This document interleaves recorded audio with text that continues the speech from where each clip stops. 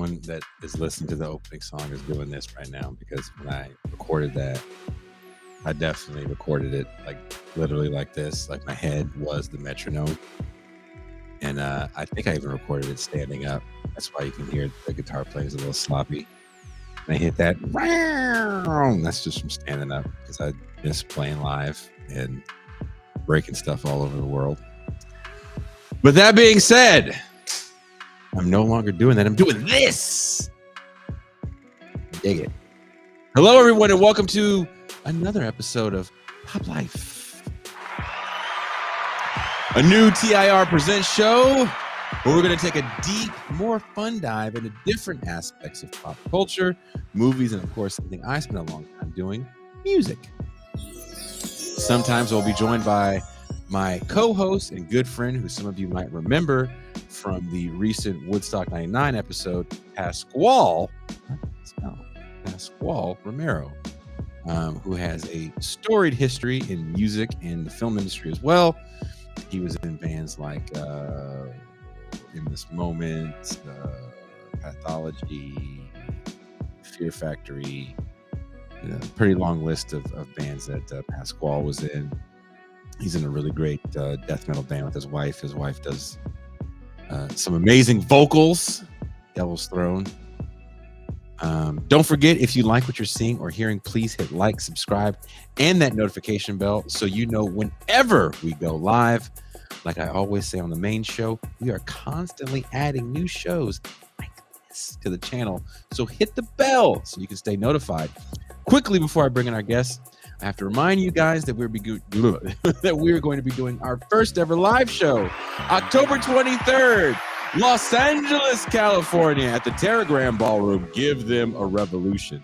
Ben Burge from Give Them Mark, Dave and Matt from Left Reckoning, and a slew of special guests. I was actually on doing a pre-record with one of the guests last night until the wee hours of the morning for him.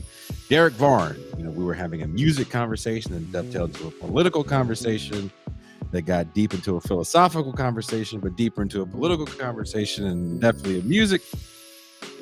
Is 2.5 hours. It's me and Derek Varn. So, two old guys talking about old guy stuff. So, and pontificating on the state of electoral politics, surprisingly, towards the end. And it ended kind of dark. It was a bleak ending to the show. I don't know how Derek's going to edit it. I don't know if he's going to take that bleakness out, but it's Varn, so I doubt it. Now, before we bring in the guest of honor, I want to play you guys a video that he sent me. Our guest today, I met him through one of our previous guests, Daniel Tutt. And our guest, Billy Buntin, is an animator and was a former political commentator on CNN. And I saw his work and I was like, oh yeah, we got to get this brother on the show. So check this out before I bring in the guest and we have our deep dive conversation.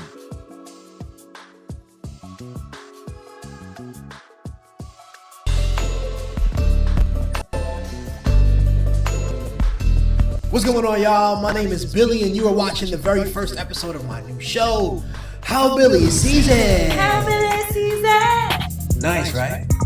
For those of you who don't know me, I'm an animator, a writer, and a visual effects artist from Brooklyn, New York, and I've spent the last 20 years working with grassroots activists and congresspeople, artists and journalists, grappling with this one question: what the fuck is going on? And more importantly, how can I make it better? I guess that's two questions. Now, I recently decided to leave a pretty sweet job as an editor at CNN because I wanted to do other things, including helping y'all at home understand the importance of modern media literacy. There's so much information and misinformation coming at us from every direction. Media literacy is the single most important tool we have to protect ourselves and maybe, just maybe, pull us back from the brink. Today I'm focusing on the elite cable news brands. Why? Because they dominate our collective understanding, right? They lead the national discourse, and they have immense power to manufacture reality. So let me back up. There's this book called Manufacturing Consent, which was written by Edward Herman and Noam Chomsky back in 1988. Basically, it outlines how even in a supposedly democratic country like the U.S., private mass media companies reliably end up contorting truth in order to produce propaganda for those in power. The book is over. You had me at propaganda for those in power. He was a political commentator on CNN, and like he says, he does help out and work with grassroots organizations. He is Billy Buntin. Hey, what up, Jason? Thanks for having me. Can I just correct? I was not actually a political commentator. I was an editor producer there, just to be. Oh, so you were in charge of manufacturing the consent. We coming for you, nigga. Man, I was back there. Yeah, I edited the stuff, man. You was back there going, we're going to make it look like Obama drank the water. Cut right there. Beautiful. His lips are wet. We got it. We did it again. Were you in the room? What the? Good. Not bad. And that's when that, one tear went down your cheek, and then it was like a Grisham novel where the lawyer had to realize that he was on the wrong side of justice. That's right. You were clearly there. You know how it goes down. Look, adults have a story arc. And I don't know too many people that were just born perfect leftists, right? Mm. we get here in various ways. Even my co-hosts got here through Black nationalism.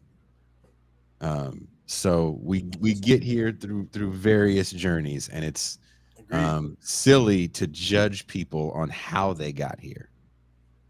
It's the fact that you're here. That being said, how did you get here?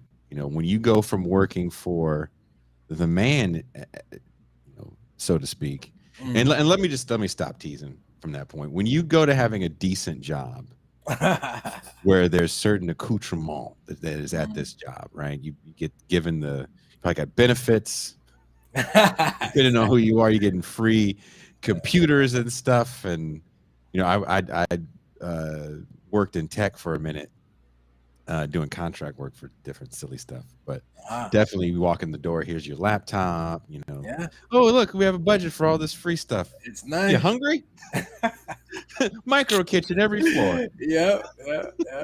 It's nice, man. Oh man. So how did I get? So tell me, like, where are you from? Yeah. Where are you from? Man, where am I from? Let's see. I grew up in Brooklyn, New York, but I was born in the Caribbean, in Guadeloupe, very small island. Not too far from Antigua, Haiti, French Caribbean. But grew up in Brooklyn, New York. And then 18, went to college at Stony Brook. Ended up in DC for politics. So, how I got from CNN to here. Well, first of all, how did you get from Brooklyn to DC? Was it school? You said Stony Brook. So yeah. Were you studying journalism in Stony Brook? No, I was a political science major and played football at Stony Brook. So those were my life right there. I didn't know that I actually went to class. And I went to class, yeah. Actually, what's so funny? I went to class because you had to, because the requirements on the grades, you know what I mean? But and that was a good thing. But there was an internship for the congressman. This is the first district of New York in Long Island, and I was a political science major, but I didn't really think I thought I'd be playing in the NFL. Those were my aspirations, and Got you. I wasn't totally an academic person at that point. But my friend was persistent. He was like, yo, why haven't you applied for that internship? You're a political science. This is perfect. Why haven't you applied? 3-4 times. I'd say the 5th time I did it. And I just spent my entire junior and senior year being an intern in that office, which then when the opportunity arose, he gave me the opportunity to come to DC. And so that, changed a lot of things. So you come to DC and you're in DC is like LA for politicos, in my opinion. Sure. It is a who you're affiliated. What are you trying to do on the Hill? Are you trying to be the next, Congress guy, president guy, Yeah. man behind the scenes that makes Congress guy or president guy, or are you trying to be the next media guy? Mm-hmm. That's also where the media cats are as well, because you're right there on Capitol Hill and no one cares about local politics. So you go to school, you're in DC, you're in the machine, you're literally seeing how the sausage is made. And then you go to apply at CNN. What prompts you to apply at CNN? Man, there's a lot more in between there, actually, bro. Well, let's get it. Let's get it.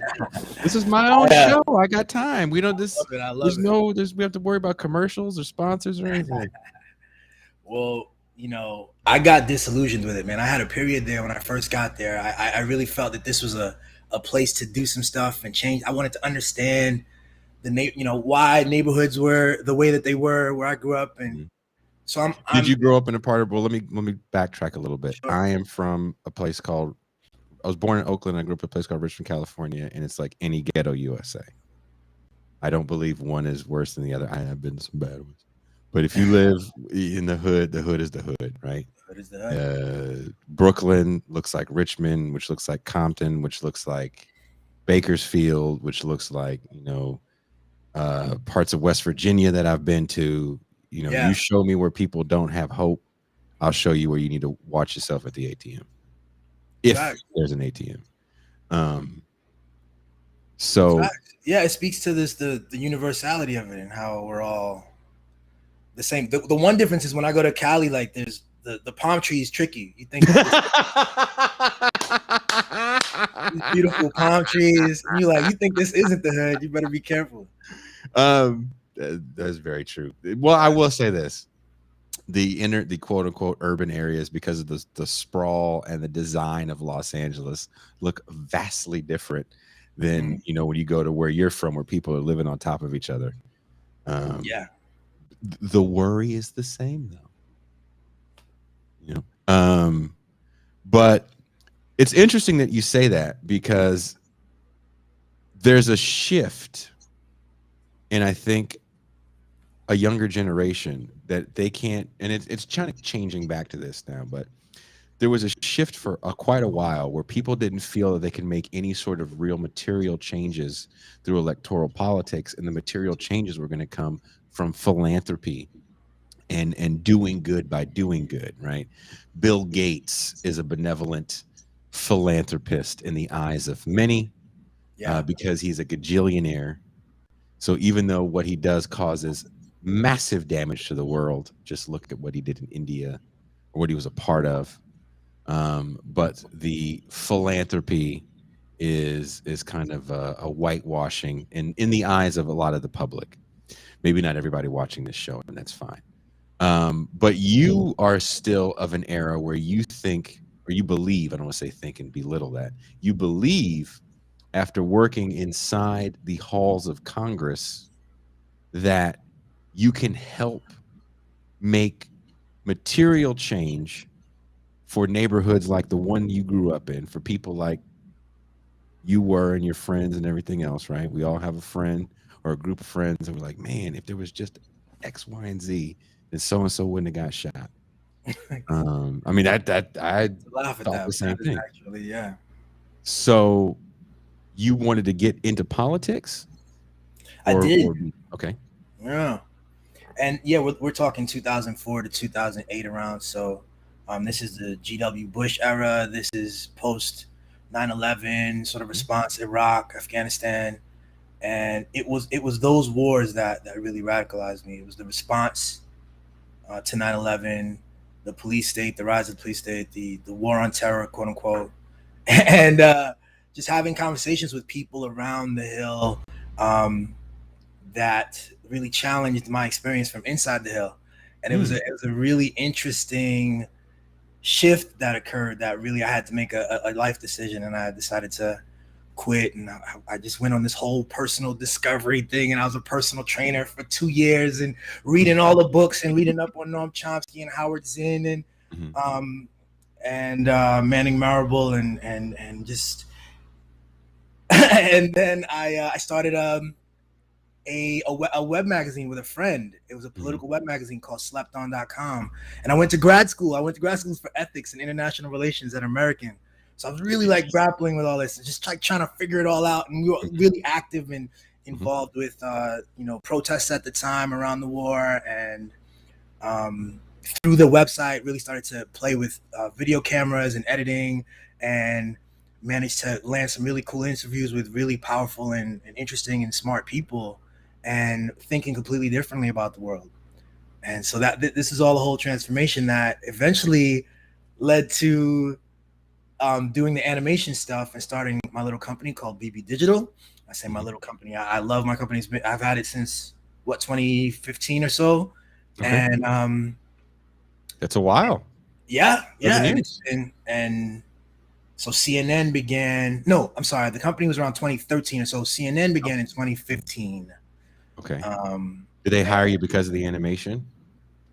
So yes, I was supposed to. It was a part-time thing. It was. I saw the opportunity, and I'm like, and I have my critique already, but I'm also like intrigued. Like, here's an opportunity, and it would, let's just see what happens, and it'd be, good for the resume. Some people really respect it. So we go, and this thing just, it translated into a full-time deal, and I was able to learn quite a bit, from the inside, and really see how it works. And it's really interesting to be able to mine that now as I create art now. Now you're at CNN in 2015, so this is right around the time that we get the rise of Donald Trump and Bernie Sanders. Mm-hmm.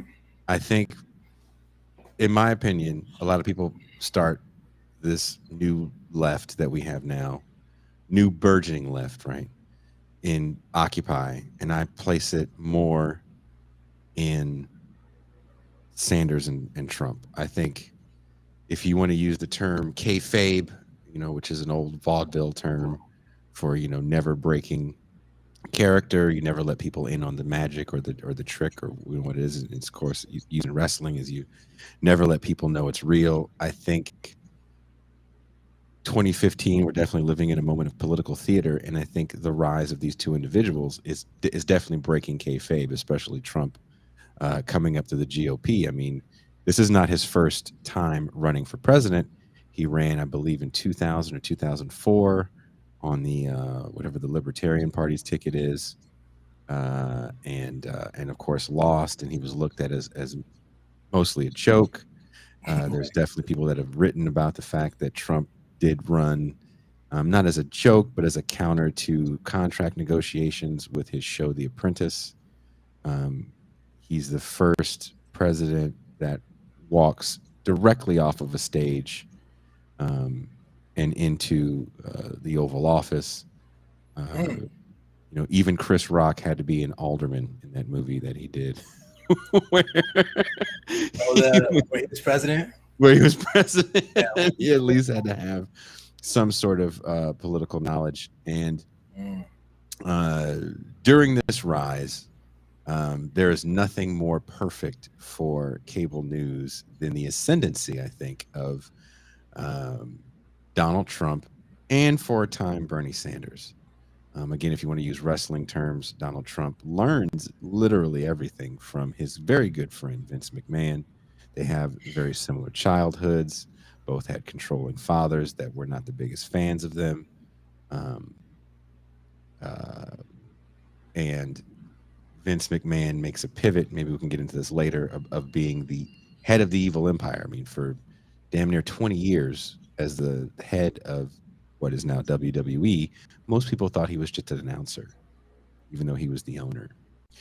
And Donald Trump, for a lot of his younger life, I think he wanted to be a billionaire playboy more than the head of the evil empire. And as he gets older, literally around the same time that McMahon makes his pivot, he makes a pivot to he's the head of the evil corporate empire, anti-hero, if you will, running on an anti-hero ticket. And Bernie Sanders is the baby face, if we're going to use more wrestling terms, the good guy. Wow. That's also breaking kayfabe by laying it out on what both of their parties kind of stand for and don't stand for. So Donald Trump is calling out the failures of the GOP, and Bernie Sanders is calling out the failures of the Democratic Party. Running on a very Captain America almost ticket of, I'm not going to take any corporate money. I'm as right? good as it comes. Self-funding. Yeah, right. Right? It's like, this is as good as it gets. So it's a really a almost battle of good and evil to an extent, but much like more complex comics, Donald Trump positions himself again as almost an anti-hero, even though we get, they're not sending their best. Build a wall, becomes echoed in media. What we don't see as much from these long multi-hour rallies that he's giving is how much he's trying to connect to a disenfranchised working class that has pretty much been trampled on by both parties for the last 8 years really hard. Yeah. And you're there, and I'm setting this scene. I'm setting this scene because you're there. Yeah. For this moment that we're still living in to a certain extent here. 7 years later. So tell me about 2015 in the quote unquote belly of the beast, because one of the knocks on CNN is even they didn't double down as hard as Fox and MSNBC on the narratives of good and bad, especially when it came to covering of Trump. So I'd love to hear your take on what was it like inside the machine. I'll tell you what, there were so many. The machine is run by people, and the machine is run by people who are attached to a whole bunch of different narratives and fears and concerns and ideas and assumptions. And I'll tell you, the mood in 2015 was pretty certain in CNN that Hillary Clinton was going to win.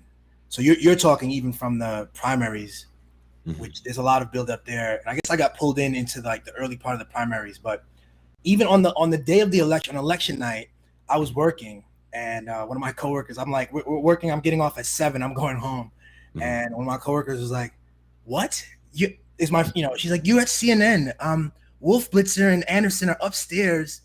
They had the whole thing. You were talking about the food and the spread. They had a whole spread. Like if you wanted, it was fully everybody. Yeah. It's catered. The whole bureau can hang out and chat. And she's like, you don't want to see the first female president? Like this is historic, And I said, I don't know if that's gonna happen. Like I'm not certain about that result. And I was like, I'll just go home. I'll see you tomorrow. And obviously there was all kinds of dispute, but Trump had been declared a winner, and the mood for weeks after in the building was just a very nervous haze. No one had, very, very few people had, everyone was very quiet and kind of looking around and trying to figure out what happened. And I think we're still trying to do that on some, like I'm out of the building, but I think people are still trying to do that because the full narrative has to include the narrative of cable news networks profiting off of this spectacle. And, instead of having us debate or discuss meaningful things, they had, altogether several hours of just empty podium content, of people waiting for Trump to speak. He was just a train wreck that everybody loved to watch. So there was free airtime. Even if you look at the political, so the DNC expenditures, there was actually support for Donald Trump because it was considered that he was a lunatic candidate and he couldn't win. So they actually helped fund and supported and validated him through the media. Said this is a helpful strategy for the Democrats to validate these lunatic candidates as though they were meaningful ones. And then it turns back and he wins. And it was just a nutty situation. And again, I think we have to remember that Donald Trump, again, this wasn't his first run at president. And if you go back to even the 92 or 96 election when Ross Perot runs, we still don't give a lot of validity to third-party candidates. Yeah. And even the Ross Perot running, changes the way third party candidates can even get into the big time debates. So the idea that a person can come not as a third party candidate, but come through the GOP ticket full of these establishment, Yeah. Jeb Bush. I'm sure a lot of us felt that he was going to be in line to run. Not Yeah, DeSantis, but who was the other guy that Trump said his dad killed Kennedy? it was it Cruz? Yeah, Yeah. Ted Cruz. Yeah. He yeah. he blew them away. He demonstrated that there's a whole other model, man. You can dispense with all the officialdom kind of stuff and be crude, and he just the way the polls work now, not just the polls, which are the political polls, but the ratings, the rating numbers. You can see live, minute to minute, where people are reacting to certain things. And as you said, he learned from Vince McMahon. They're all learning from a prior epoch, a prior generation of propagandists. And this ability to turn on a dime and be creatively engaging and crass and cruel and apolitical, which made him seem like, he's going to drain the swamp and all that. That really did it. And he played right into the media's hands. The media could not turn away. They made like insane record profits. We would get meetings and hear about how well CNN was doing. How did that make you feel, honestly? And again, you're in the machine. Everything is different when you're in it. And you hear these things that giving this person all of this publicity is then giving record profits. I don't know if they're handing out bonuses, but I do know what it looks like when a company's doing good. You get a lot of stuff that maybe you didn't get before. You're like, oh wow, they catered lunch from this fancy restaurant today. That's fucking awesome. Oh, we all got these LL Bean CNN jackets for Christmas. Oh wow, they gave us all Beats headphones with our names on them. Stuff like that. Yeah, and you shut up when that happens. So what's going on for you, or is this the moment where you're starting to go, I don't know if this is for me? Well, I knew CNN wasn't necessarily for me. I knew from the jump. Like I had this critique, I had this experience years prior where I had a strong structural critique of the media. I used to pinch myself actually for a bit because I can't believe that I was like I created so much content about CNN in particular. So here I am sitting across from Jake Tapper, creating a cartoon with him. Here I am working with one of the producers for Wolf Blitzer or Don Lemon and like doing this thing. And I'm like, I have for me, the 5 years that I was there, it was very important for me to have a lot of good conversations. I tried to learn as much as I could about how they produce content 24/7 around the clock. And I had conversations with as many people as I could to sort of understand, the ideas in the room and what was going on. So that's really the mindset I went with it the entire time. So that was helpful because when I would notice things that were nuts, I would just write it down and like pay attention, and that's all. So you're keeping your whistleblower notebook is what you're telling me. Whistleblower notebook. Yeah, I guess it would be like a little text or email to myself. I'd be like, yo, this was crazy today, But yeah, it was just an insane learning process. And what made me eventually leave was, well, it was just a slow process of figuring out how to leave, frankly, how to sort of find a way out. And so I started to get more creative. I leaned into my YouTube page. I started to create more on a schedule and say I want to see if I can create independent content and be independent in that way. And so that's been my aim. And I vacillate between just some of my political stuff and just nutty, weird stuff. And some fun animation stuff. Exactly. Yeah, no, I know. I saw that, which I think is cool. We can't be all the time, which literally is why I do this. but and I'm going to be held serious. That's the key. You gotta have it, man. And I see you on stage too, bruh. Like that energy, you know, letting that out, you know, that's so important. Well, I haven't. Hopefully August or October 23rd. Hopefully we in LA will be letting out. Well, I won't be doing the metal stuff. We're doing a live podcast with a few other channels and a bunch of guests and stuff. October 23rd in LA. But seriously, here's a question I have, considering the places you were and the people you were with. Why do you think they were so Bernie Sanders averse in the coverage? Just your personal opinion. Yeah. You know, there's a lot of just groupthink that goes on, guys. You know, there's a lot of like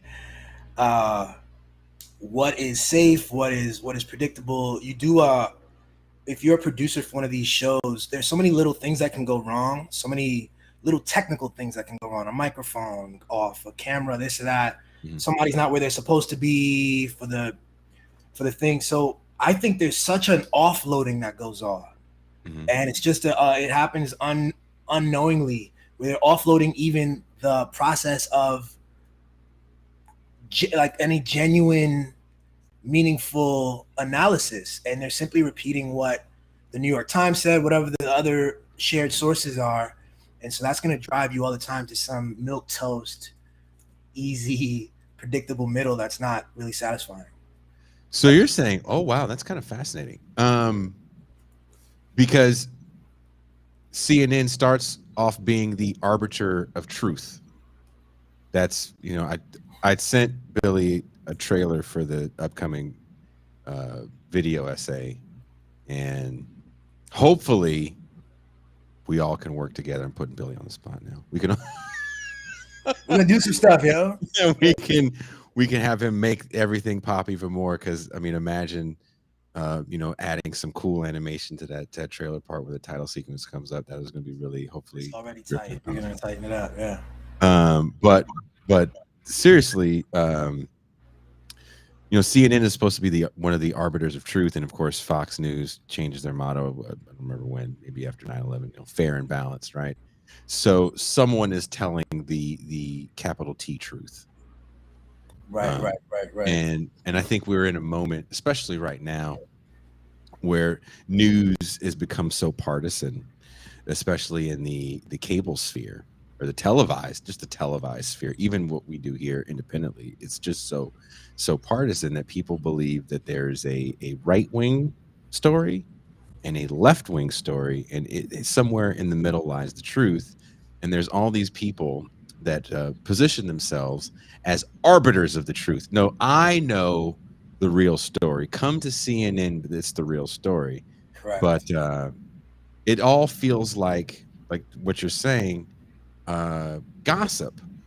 If you're getting all of your information, New York Times says today, blah, blah, blah, and this is a news show, quote unquote. And I believe you talk about it. And we can definitely get into this too, that when these guys get sued, it's no longer news, it's no longer fair and balanced, it's no longer we are the arbiters of truth. This is just entertainment. Yes. I don't know why you shot up that school and blamed us, because it's just entertainment. So if you want to get into that. I think, honestly, listen, that when they get in front of a judge, the claims about what they are become much more clear.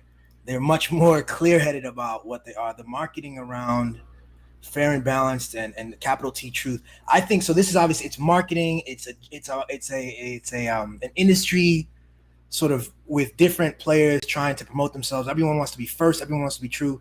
I think the roots of this are really deep, and it's a philosophical question about what is the capital T truth.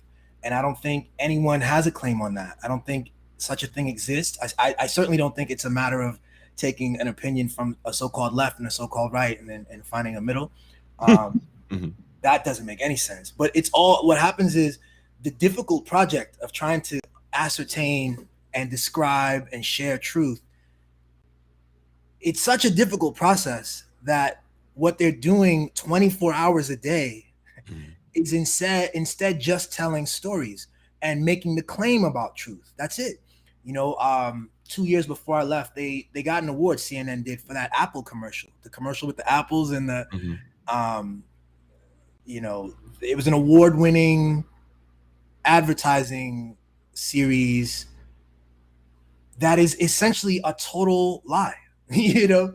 And the truth of it is that journalism, I think, bolsters and boosts itself on the idea of objectivity, like these scientific qualities that it simply doesn't have. Journalists, the best journalists, in my view, Mhm. are those. I mean, I think there's benefit to having access and command of the language. So it's someone who can articulate their point of view. And I think our best position is to know that you're simply looking at a point of view. You're looking at a work of art, constructed by all kinds of producers and different issues and values, and to dispense with the entire big T truth thing altogether. That just warps everything. It makes everything more difficult.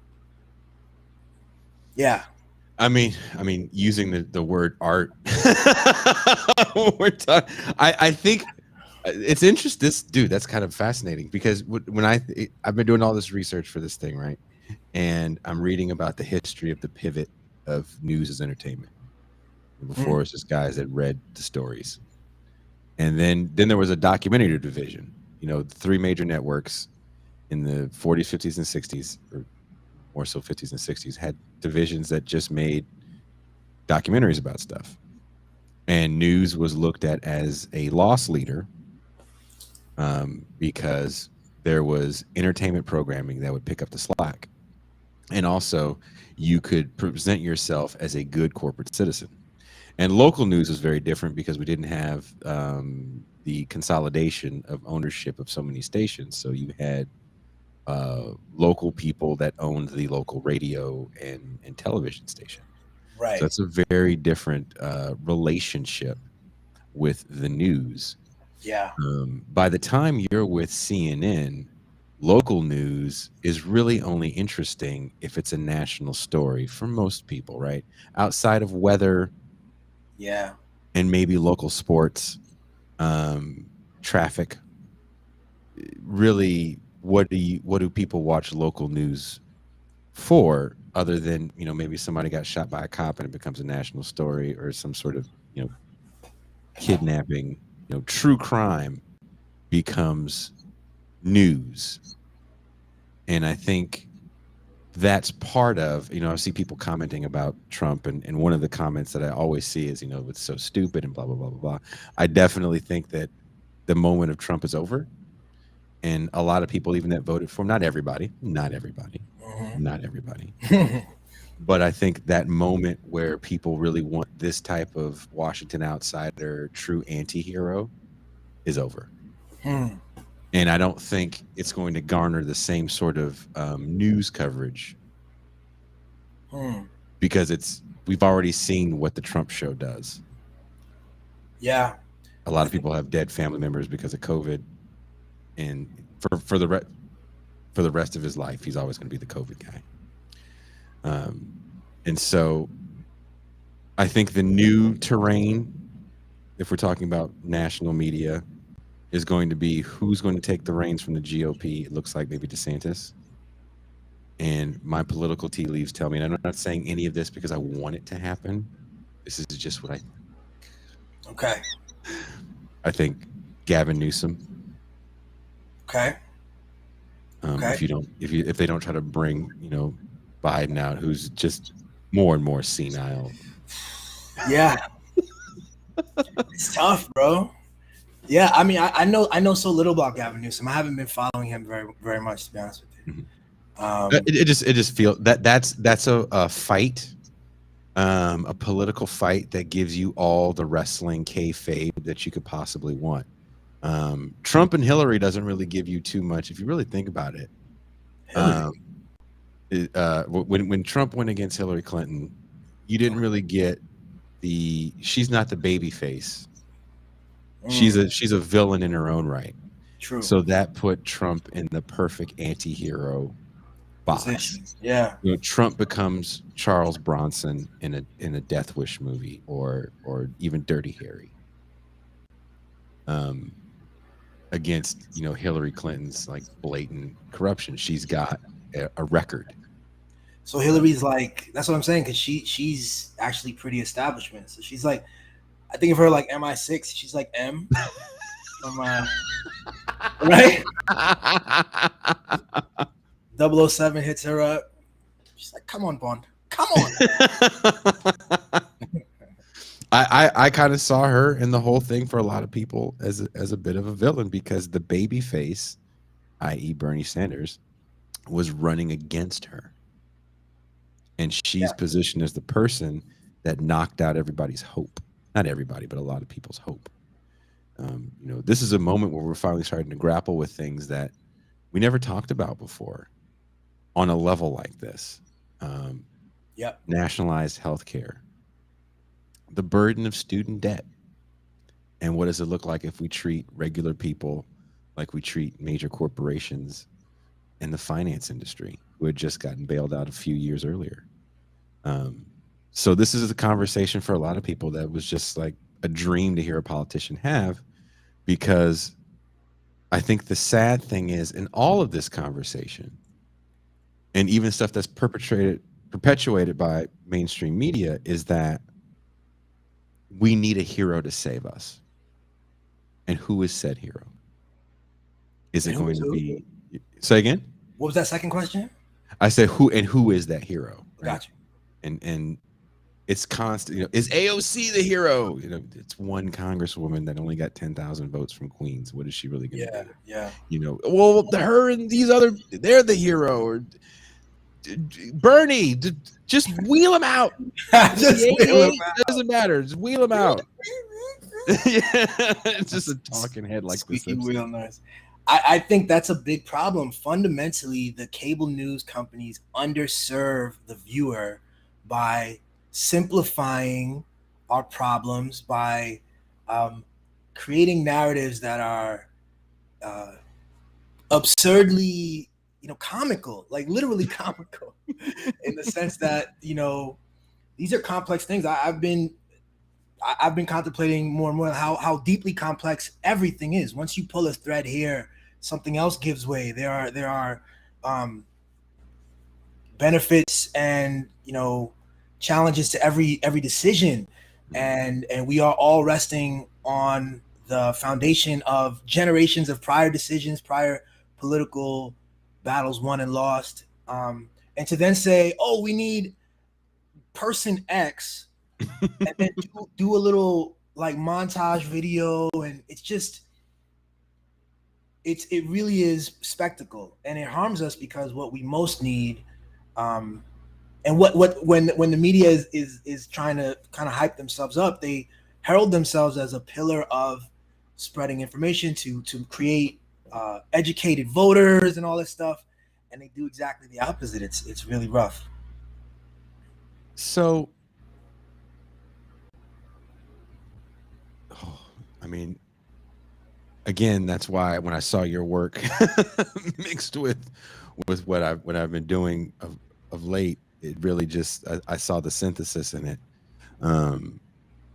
because I have a fear too of what happens when we get too addicted to personalities and drama, and it infiltrates all aspects of media. Again, even in this space right now, terms get thrown around. This person's a grifter. The new one is like opportunist or careerist. I don't even know what that means. Like, is Dan Rather a careerist? Like, I don't know what like is that how is that negative? Like, explain it to me how you mean it. Yeah. But if there's an influencer moment that we're in right now, that is part of the information economy. Yeah, definitely. And that influencer, in my opinion, is definitely part of cable news. The little bit of cable news that and I only kind of watch it if I'm messing around and checking out, one of the bigger shows that do the whole news critique thing. But all these people on CNN, Fox, MSNBC, it feels almost like, because a lot of the old guard is gone, like Matt Al's gone now. Yeah. It feels like it's just influencer culture influencing this new media, where even the sets don't even resemble the old news sets that they used to resemble with some of those shows. There's a couch and everybody's sitting around talking, and it Yeah. just feels like The View, but for incels. You know what? That's funny, because I'm actually a fan. I'm a fan of some of those changes. At least the visual changes. I think the visual changes the old set kind of stuff and the suit and the tie are all dragging away, and it's a stand-in for what could be, I think, something more meaningful. It's a stand-in. Like, there's always the journalists, when they speak, they herald the halcyon days of the Watergate. You know, the journalists. Yeah. It's so funny that we always have to. There's always this, like, go back to the 70s to look at this when journalists took down power. It's like, we got stuff right now. You know, there's all kinds of stuff going on right now. You know, we don't have to do that. But when you see that performance, to me, that look and the sound, the voice, you see these. You know, you want to get on TV, you've got to do the voice and whatever. You know, and so.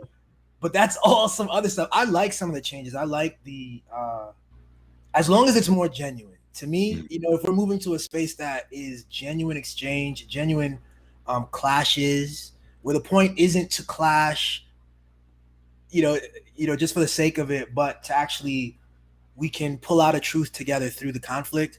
You know, I don't mind if we're sitting down, you know, in a loincloth. Who cares, man? For me, you know, I'm like, let's do it. Let's talk.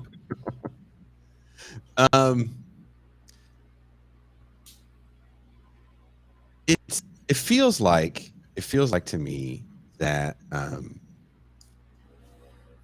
our digestion of media is, you know, post 9/11. I think there's a moment post 9/11 where cable news really blows up, especially Fox, because it's a moment where a lot of us are terrified and frightened, right? And we need the news to tell us what's what.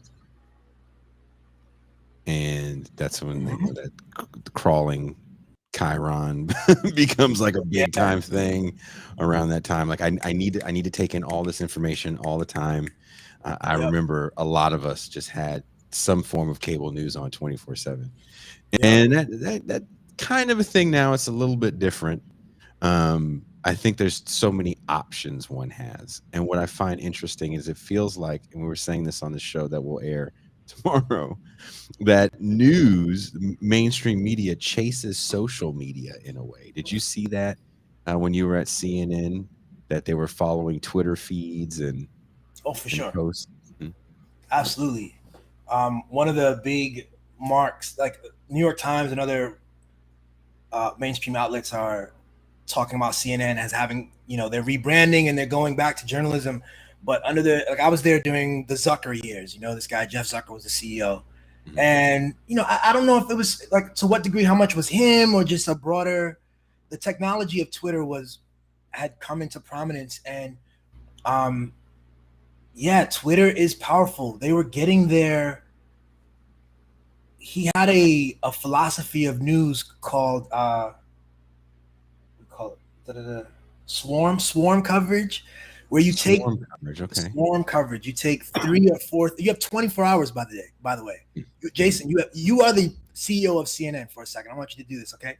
Okay. You have 24 hours to cover everything in the world, and this philosophy says you take the 3 or 4 highest ranking Google Trends stuff and the stuff ranking high and trending on Twitter, and CNN contorts itself to match those metrics in order to capture the clicks from that. And so that's what's happening. And this is this is a reversal, I think, on people's minds about what goes on. You think that they are parsing through and creating their own agendas, but it's actually driven by social media metrics in the same way. It's all tied up. So I mean, obviously, I think the effects of that, it just made everybody crazy. over the years. And then you add Trump and you add, and they're all competing. So they're competing, and then you need spectacle. So, I'm actually, the thing I just wrote something about this, but the next thing I want to write really is to talk about the way I think the Black Lives Matter movement was failed. We had this incredible moment in history after. Whoa. Yeah. So here's what's funny. You remind me, because all light-skinned Black people look alike, you remind me of a young Cedric Johnson. Cedric Johnson. Cedric Johnson wrote The Panthers Can't Save Us Now, and he wrote probably one of the most important books from revolutionaries to race leaders, if you really want to understand. That's so funny. If you really want to understand politics. I kind of see it on the on the look. The light skinned brothers look the same. Just face it. I'd say I'm mean to all you people, because you people got all the women when I was younger. So I grew up in the '90s. It was a light skinned man free for all. That's hilarious. But then the dark and the better suited juice. Wesley Snipes came in and changed a lot, but then he was just I'm not payphone black like Wesley Snipes, so it's just it wasn't working out. It wasn't working out for me. But anyway, like, all jokes aside, please, if you get a chance, check out From Revolutionaries to Race Leaders. It's kind of an important book that will lead you. And then The Panthers Can't Save Us Now. His upcoming book literally talks about everything you're talking about right now. Pascal and I are writing a blurb for his new book. Awesome. And I just finished the introduction, and it's one of those where you go, this is really good, but man, they gonna be mad at you. But it's amazing. But it does get into everything that you're wanting to get into as far as BLM. Nutty, man. I don't know if you want to get into it here, but I think it's the timing of these moments, with the technologies and with the political things. I think everything was underserved. The spirit, the energy of that moment, that potentiality to reform policing and reform, defund the police, and the broader, actual proper meaning and definition of what that could have meant, lost all of it in the mix of this spectacle nonsense. And it's pretty bad. Well, I mean, and if you want to hear me and Cedric, the first time he ever came on the show, we got into a long conversation about BLM. And he's probably, I think, the most honest and fair of us that are not necessarily fans, but appreciate a certain sentiment and a certain awareness that it brought to a conversation. But understanding the limitations of what happens when people from the foundation industry are chasing a hashtag. And they had a moment during Trayvon Martin, and then it kind of dies out a little bit, and then you get another moment big time during George Floyd and COVID. And there's a lot of things that get into that. I don't think it happens in a vacuum. I don't think people saw one thing and said, okay, we're going to protest and riot, because in that same state, on the other side of the other city, St. Paul, the other side of the bridge, Philando Castile got killed a few years before that. We're like, hey, officer, I got a gun, but it's legal. No problem. We're all good here. Pillar of the community from all the reports that I read. Decent cat. And his wife is right there, child in the back, correct? Out in the back seat, and the cop unloaded, and nothing happened. So the city didn't blow up then. I think COVID and the lockdown, or I shouldn't say lockdown, COVID and the shelter-in-place orders, and people feeling confined and watching so many things that had happened kind of in a succession. Breonna Taylor had happened right before that, and before that, Ahmaud Arbery happened right before that, and it felt like the perfect release valve at this moment. But there's something to be said about yelling and protesting, and then I'm done. And what? No, go ahead. Please go ahead. This is what happens though, because absent a proper grounding and an actual narrative about the complexity of the situation, what CNN wanted, what MSNBC wanted, was a tight and easy race crime, a state perpetrated homicide with racial implications, with a white man and a black man. It was a horrible visual. I've actually been detained twice by police as a kid, and it, just on a personal level, I was really upset by it. And obviously, the nation was.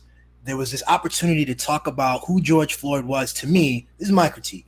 We had an opportunity to talk about who George Floyd was and how he got to be at that corner on that day. And that's a big conversation about his childhood, about the economy, about all kinds of things that would tie us in. It would be a narrative that would be, unifying and really do justice to the man. And instead, like you said, chasing hashtags. We've got slogans and we've got just like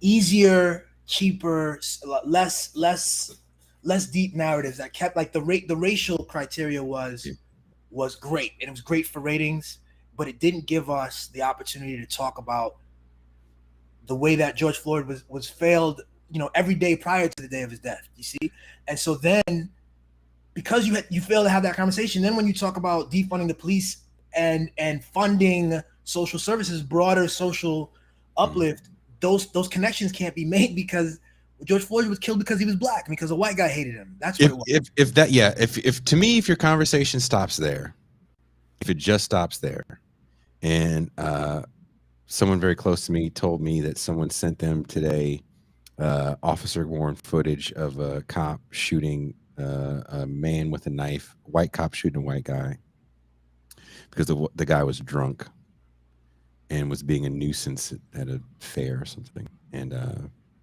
the cop shot the guy and killed him. We're not going to hear about this, like what you said. Which I thank you for saying that out loud, by the way, that they need the racial strife.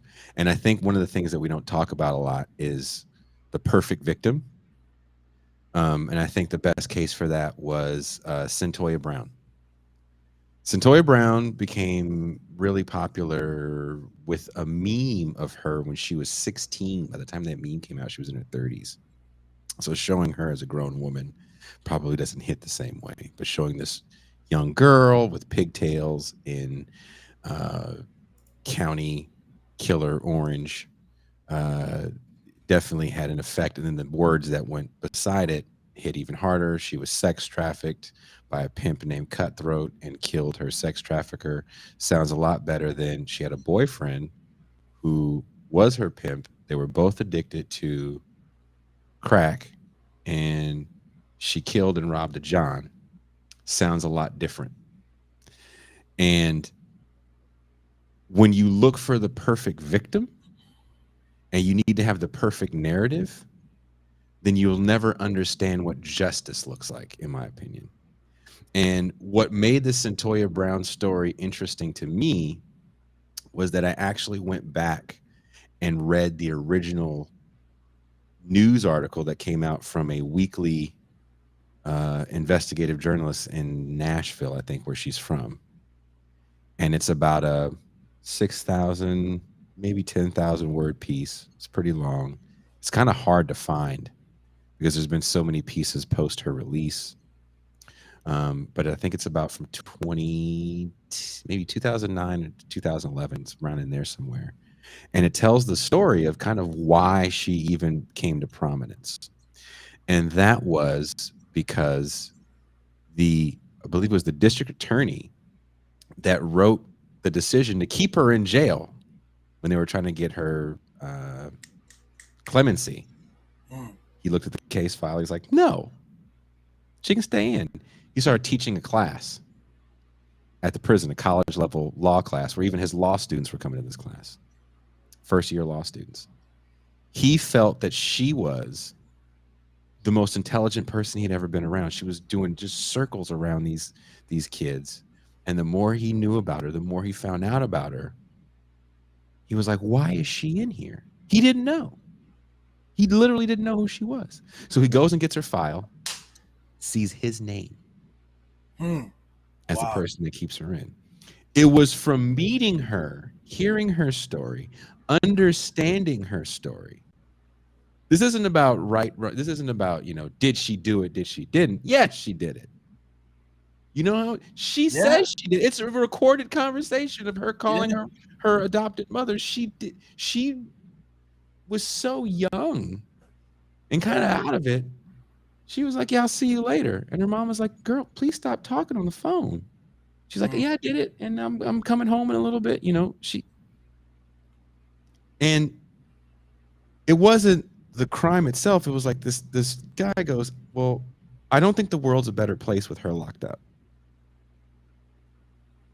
Yep. And I think there's so many circumstances that, like, as you said, led her here. Correct. But the story of Centoya Brown is not this story, because that article is buried. Maybe you get a little bit of that if you watch the PBS documentary that comes around 2010. But the story you get is sex traffic, killing the trafficker, which is technically the John, whatever you want to call it.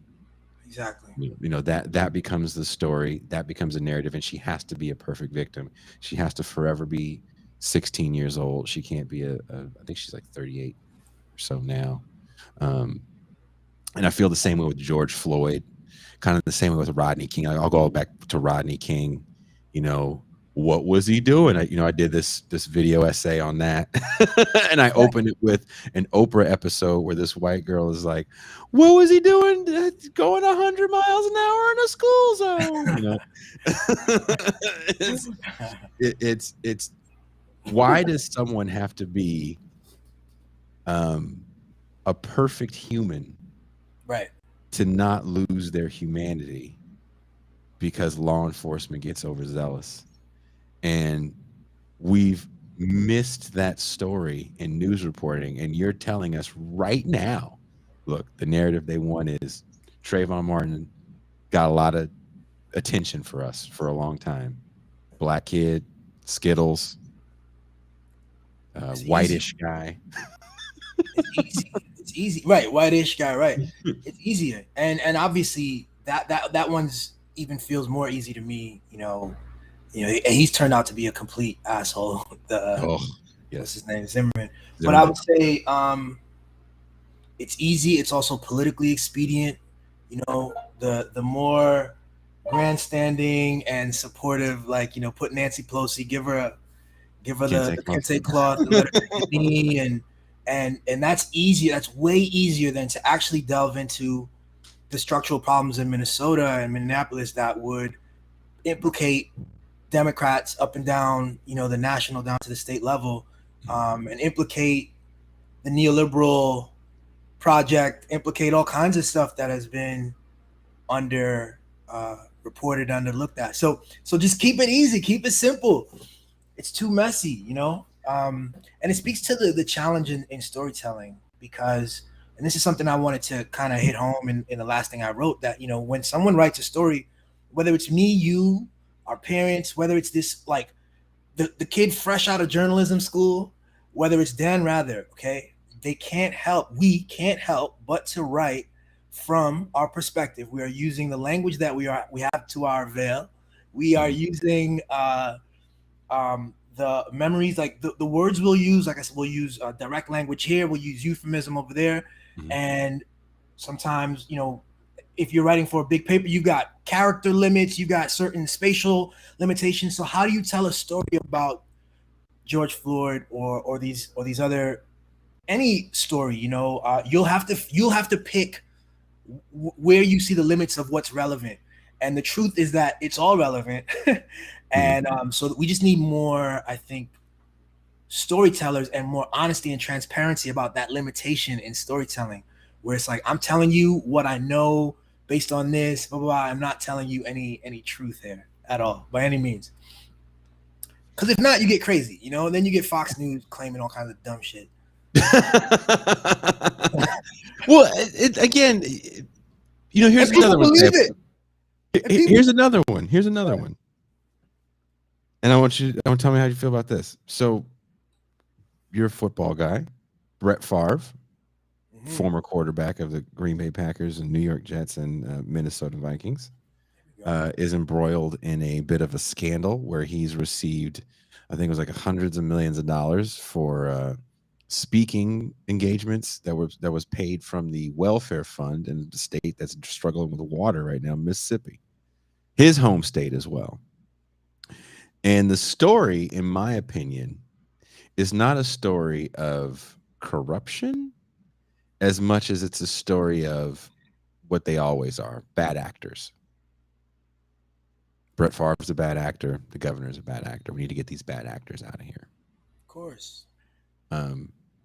It's foolish to think that no one knew what was going on. It wasn't like the governor was giving him a check out of his own checkbook, for these massive amounts of money. This was, a lot of people knew what happened. And we live in a system that rewards callousness.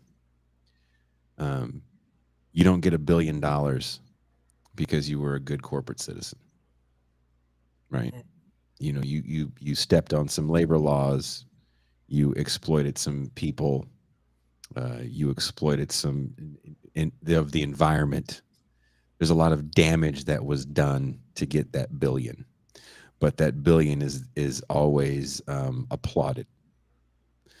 And it's foolish to think that mindset stops at the corporate sector. That mindset doesn't stop. It's the mindset of people that I grew up with, right? I got to get mine. Doesn't stop. It's not a hood mindset. It is the mindset of the world in which we live in. Correct. But the story of Brett Favre and corruption is one, in my opinion, is one of drama, maybe some mild political intrigue, but not really a story of, well, this is what happens when you work within this system, right? Someone's saying, Brett Favre is a total grifter. He and his wife are involved in a multi-level marketing scam called AdvoCare. I believe everything. I'm going to put you on the screen, Caitlin K. I believe everything you are saying. Clay, I apologize, Caitlin. I don't doubt that. Yeah. But again, you don't get $1 billion because, you're just an awesome dude and did a cool thing. And that mindset, people go, well, he already had so much money. Of course.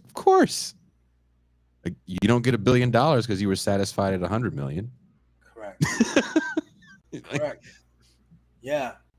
And this stuff has it's seeped into everything. I'll be honest, I don't know the fullness of what Brett Favre did or that particular situation, but there are so many.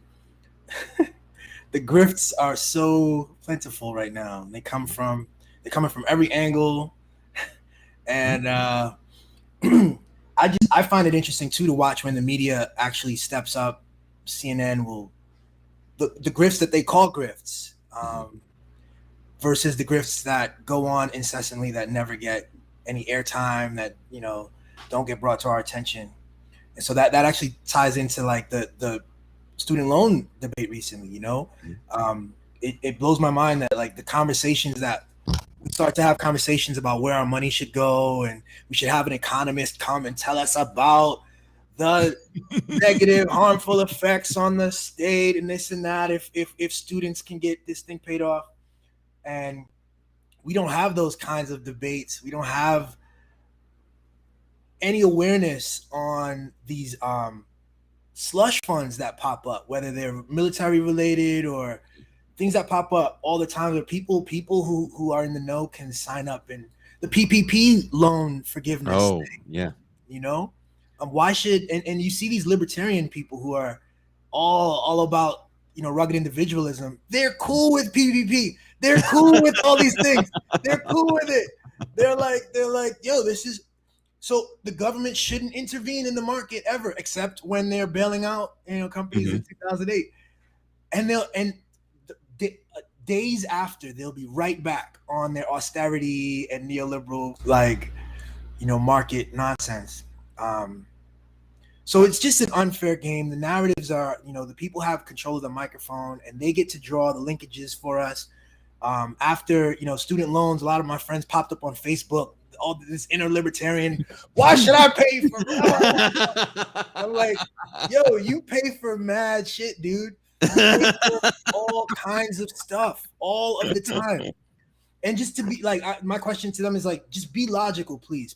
Like, consider, are you upset because this student loan, this paltry student loan thing is, you think, an over, is it too expensive? Because I can point to any number of programs that are more expensive and are actually harmful, that don't go to Americans, that have no, and there are ways it can be done differently. But the truth is, you are angry today because your information source has made a link for you that is intentional. Your information source has ginned you up to be upset about this socialism. And let's just be clear about that. No, that's kind of my whole thing. I think the people are fired up on things that, because of the way it's presented, again, like Brett Favre, it's, if you told those same people, well, aren't you mad at Brett Favre for literally taking money away from poor families? They might have a different perspective, or he's just smart because he gamed the system, which to me is the narrative in all those Wall Street movies. Wolf of Wall Street, the movie Wall Street, all those stock movies are always like, well, I would have done it differently and I would have walked away with this much and I wouldn't have been so greedy. But I think the story of Brett Favre is one where I kind of shrugged my shoulders. I was like, well, we live in a world of people like this. I just don't think a lot of people understand the full lengths that it goes, because we don't see the developing world. The developing world is covered differently. The developing world is only something cared about. There's a natural disaster that knocked down a bunch of Nipa huts, or if a dictator is doing a genocide. And even then, if I asked anybody right now, chat, I'll ask you guys right now, biggest story of the 90s. What's the biggest news story to come out of the 90s sans the fall of the Soviet Union? I'll count to 3 in my head. Or I'll just play this. Eat a bowl of fuck. So no one said anything either. They're not, I don't know. But I'm thinking too, bro. Okay, someone says Desert Storm. Interesting. Someone says Rodney King, Monica and Bill. You know what? As a matter of fact, I'm going to put the chat on the screen, which I don't like to do during the regular shows. Actually. Monica and Bill. Interesting. Oh, thank you, OJ Simpson. Awesome. Notorious Big. There it is. I vote Monica and Bill. What do you say, Bill? Man, I remember OJ huge. I remember Rodney King and Desert Storm. Did we mention Y2K, or is that's 90, right? 99, yeah. Yeah. Cameron, I'm asking people, what's the biggest news story to come out of the 90s? Kevin Taylor says Pokemon. You are a damn fool, Kevin. Pokemon was huge, yo. But not the most covered, just the most important news story in your opinion. This is just your opinion, Caitlin. Yeah, in your opinion. Different question. I don't know. But I do like the way we automatically, and this just goes to what you talk about, Bill. Automatically go to the most covered. Everything people are talking about are stories that were more drama related, right? And if you think about what happened during the 90s, there was a genocide in the Balkans that got no coverage. Yeah. OJ's trial preempted playoff basketball. Mm-hmm. You know what I mean? Mm-hmm. And when we think about the trial of the century, which we called OJ, there's nothing political about that. And let's fast forward. If I was to ask someone, okay, from 2000, let's say post 9/11. So let's say from 2008 to where we are now, what's the biggest news story? No one's going to say the Afghanistan papers, which explains why a 20-year war happened where no one knew what was going on. No one's going to say the Panama Papers, which explains how many people have funny money in offshore accounts, even world leaders. Now, if we go in the Wayback Machine and we go to the 60s and 70s, I Lie is huge. The Pentagon Papers. These are extremely important moments in history. Deep Throat and Watergate. But when we think about breaking news stories outside of the ones that I mentioned that never really got the coverage because there is no partisan spin for that stuff because both parties were involved. Exactly. Um, That's what we are. you know what is a real popular story that people want to talk about, that people are invested in. And I think that's my point, which I think dovetails with your point about news and the way it's reported to us. If all you get is, damn it, that Brett Favre, or Yep. or Brett Favre, this smooth snake. Yep. You're never really getting an indictment of the system that makes Brett Favre exist. Exactly. And that's such a big failing, because not only do you fail to properly understand the system that makes Brett Favre exist, but that failure, that structural blind spot, is going to carry over into your capacity to understand other things all over the place. So, after I left CNN, there's all this rebranding and people left, but there was this uptick in awareness about media and a critique about media. And I would watch this guy Brian Stelter. He would critique the first black president, Bill Clinton. Oh no, Maya or Toni Morrison said that about Bill Clinton.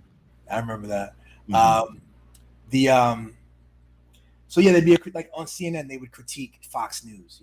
They would talk about Tucker Carlson, Hannity, and you would see this, and I would laugh because I'm thinking, like, they have to know that there's a deeper way to talk about this. Talking about Hannity as a person, as an individual, is a failure. You're failing. He's not just a guy who has a bunch of ideas and is trying to be honest. He's reading from a teleprompter. He met and had text conversations with Trump twice this morning. It's all a machine. There's advertisers that he's mindful of. There's production, this, that, and the third. And but back to the spectacle, back to the wrestling metaphor, man. The whole game is to wink and a nod, but to keep playing the thing. We're gonna look and talk about each other as though this isn't a big nonsense. and that's what's fascinating to me and scary to me all at the same time. Yeah. Because even sports, and I'll end it on this. I'm a huge sports fan to a fault. I don't watch as much as I used to. I am wearing my Denver Bronco denim jacket. I'm a huge football fan and diehard Bronco fan. Even though I'm a Bay Area native, I'm a Bronco fan. John Elway's my guy. Okay, I was gonna say, how'd that happen? John Elway, man. Got it. There's a few of us. There's a few of us brothers that love Elway. This should be a support group. BLE. I love it. BLE. I'm part of BLE. Got a little handshake.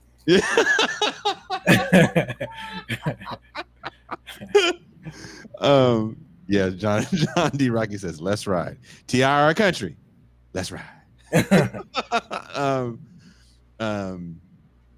So I joke with another commentator in this world who we have a fantasy football league for This Is Revolution.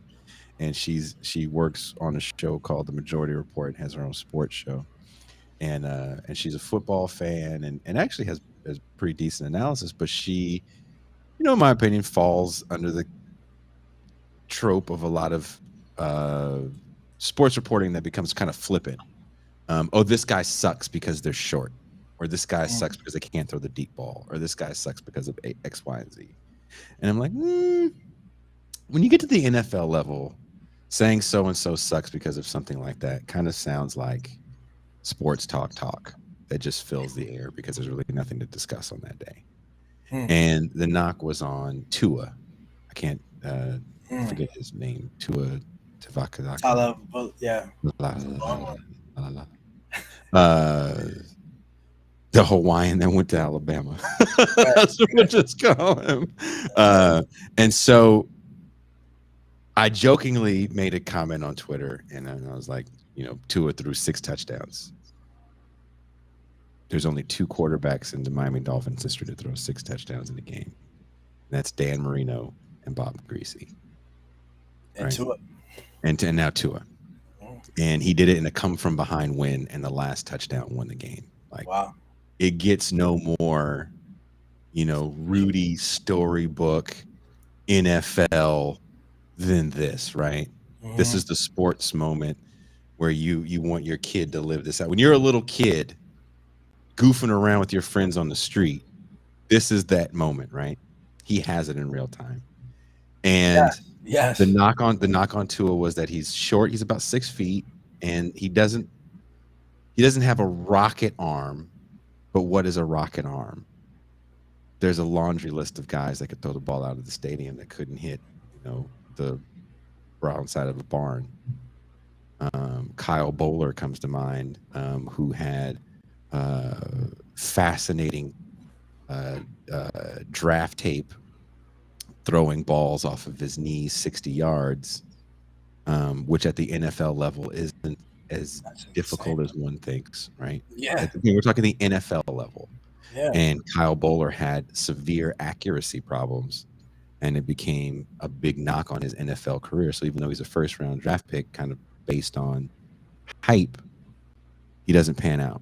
And there's a myriad reasons why people don't pan out. But Tua finally has a system that works and players that fit within said system. And he did what you want your first-round draft pick to do. Yeah. He delivered the ball.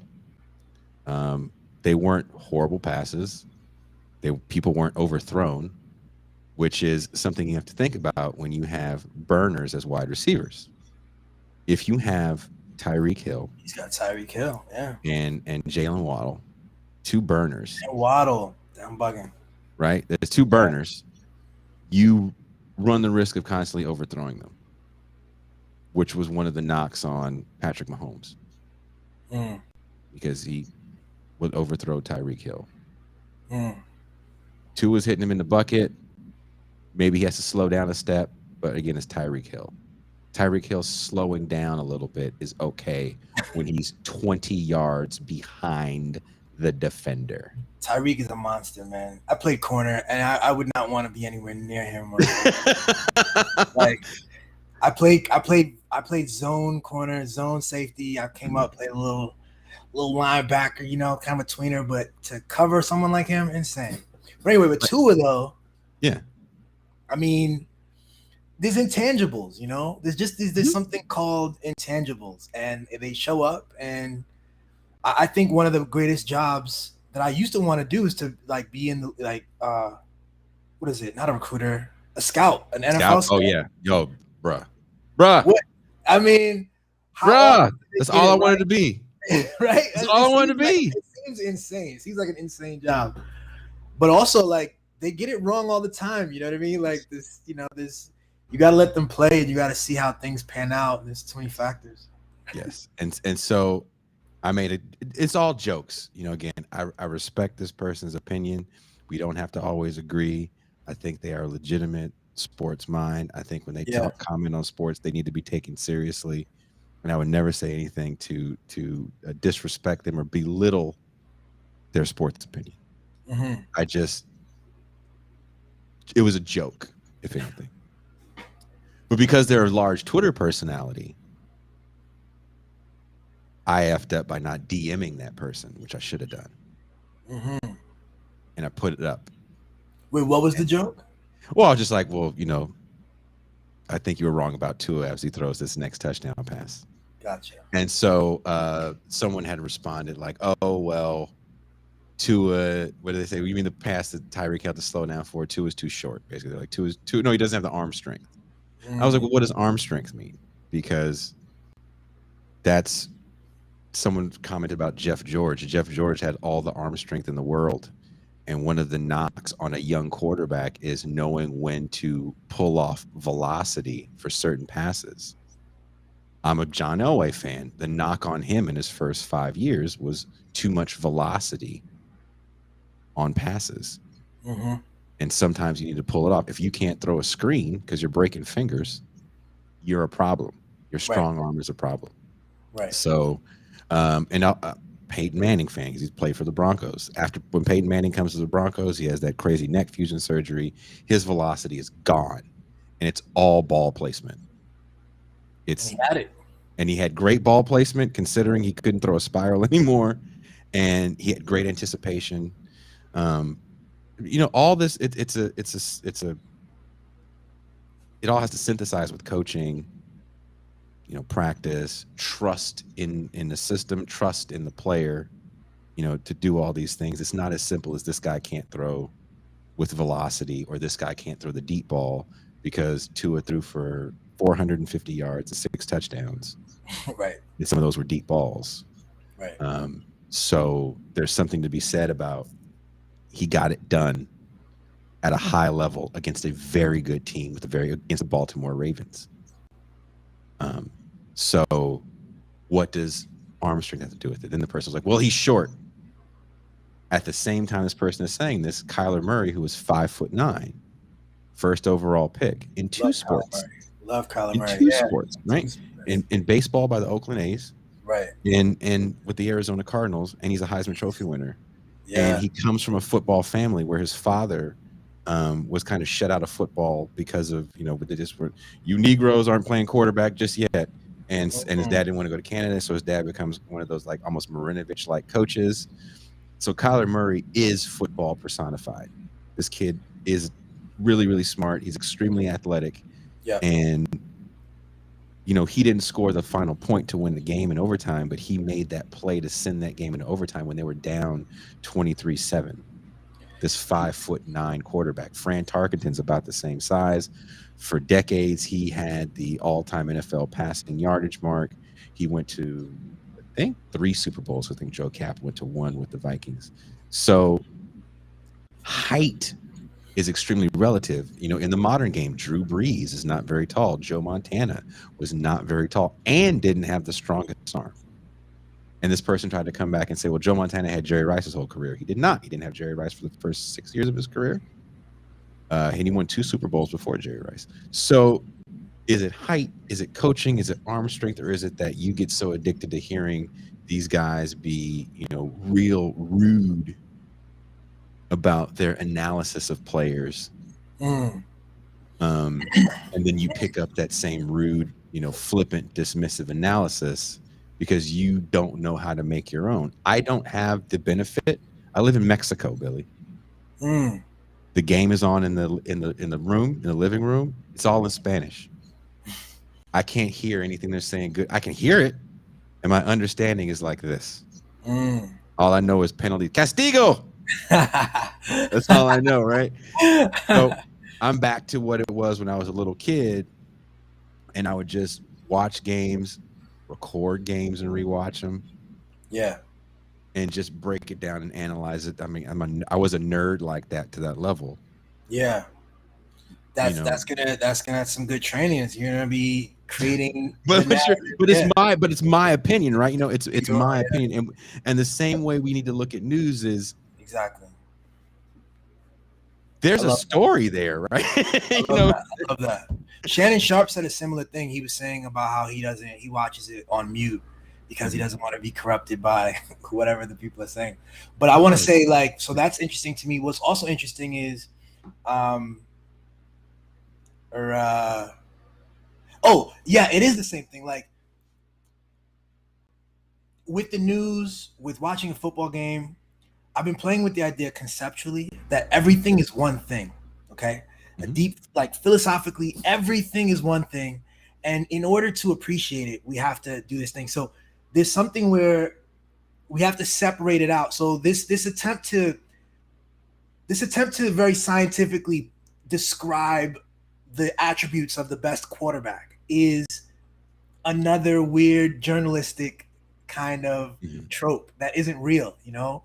It's and like you're saying, it's a borrowed thing potentially, because Yeah. these are the terms that ESPN talks about. Oh, the ideal height, whatever. But Kyler Murray shows you that doesn't matter much at all. And you know, Warren Moon showed you about and Oh. showed you about running. You know, just going back, like Mhm. all the assumptions about what quarterbacks should be doing were thrown away with Randall Cunningham and guys like this into Michael Vick. And so we're always trying to create stories, you know, and that Yeah. it's funny that brings us back to that. Yeah. Yeah, and people have to remember there's one credit that no one pays attention to when the credits roll, and that's writer, and that's storyboard. Mm-hmm. Don't ever think that those are natural pivots. Right. When you have, for example, remember Terrell Owens and Donovan McNabb? Mm-hmm. The beef. You think players don't? You played football at a college level. Do quarterbacks and receivers fight? Do coaches and players fight? That happens on every sideline. Yeah. Exactly. This is pre-game. We're gonna get a reaction shot for this thing. When Peyton Manning is sitting down or Tom Brady rather is sitting down with the thing, and he's a fiery competitor. We're gonna get a reaction. Right. Exactly. Brady's gonna do this thing, and when he does the thing, we're gonna get him, and this is the story that we have for this, and if this happens, this is the story. Why do people think that's not how it works, even on a sports level? But that goes back to the conception of what reality is. You're hitting the nail exactly right, because that's exactly right. Tom Brady, they want the story of this guy who just won't quit. He's a genius. He won't quit. He's older and just still cracking.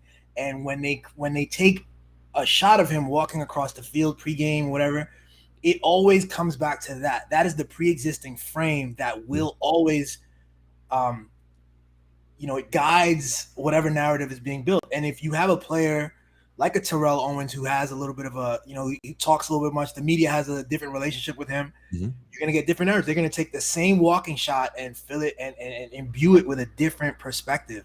And that's the thing. It's weird.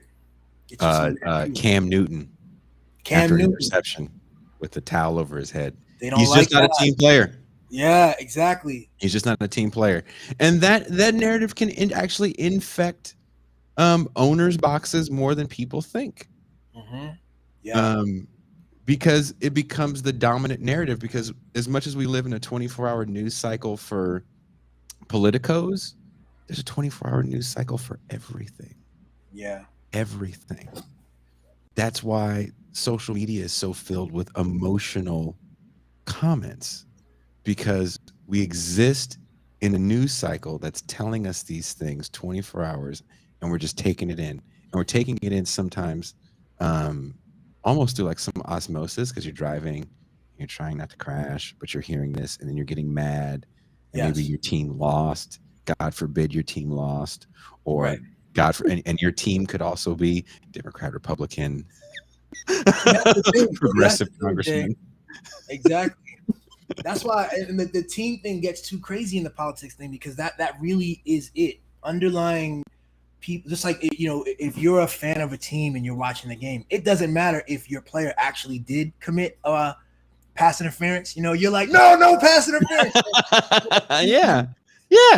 I think it's important to get off these labels, man. Like the labels, whether it's Republican, Democrat, whether it's left, right, even. I to me, the challenge is to get further and talk with some specificity, because if not, we're just cheering for stuff rather than actually looking at what stuff is. And on that note, as we've gone an hour and a half, I want to say, Billy, thank you. Wherever you guys are watching or listening to this show, there are links in the description to Billy's work. I am looking forward to doing more work with Billy. Yes, we're gonna do it, bro. This is a great chat. Thanks for having me, man. No. This was a fun conversation. I hope you guys enjoyed it. No matter where you're listening to the show, be it on YouTube or on the audio podcast, please leave a comment. Tell us what you think. Tell us your opinion. Am I wrong about Tua? Am I wrong about Kyler Murray? Am I wrong about systems? Will the Broncos go all the way with Russell Wilson? I don't know. He's also short. We didn't even mention him. That's funny. He's also short. He's also got a Super Bowl ring. You know, what is short? Is it under 6'5"?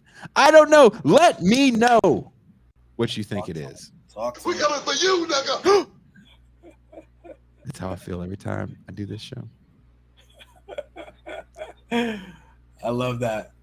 Thank you guys again for checking us out. And I am out.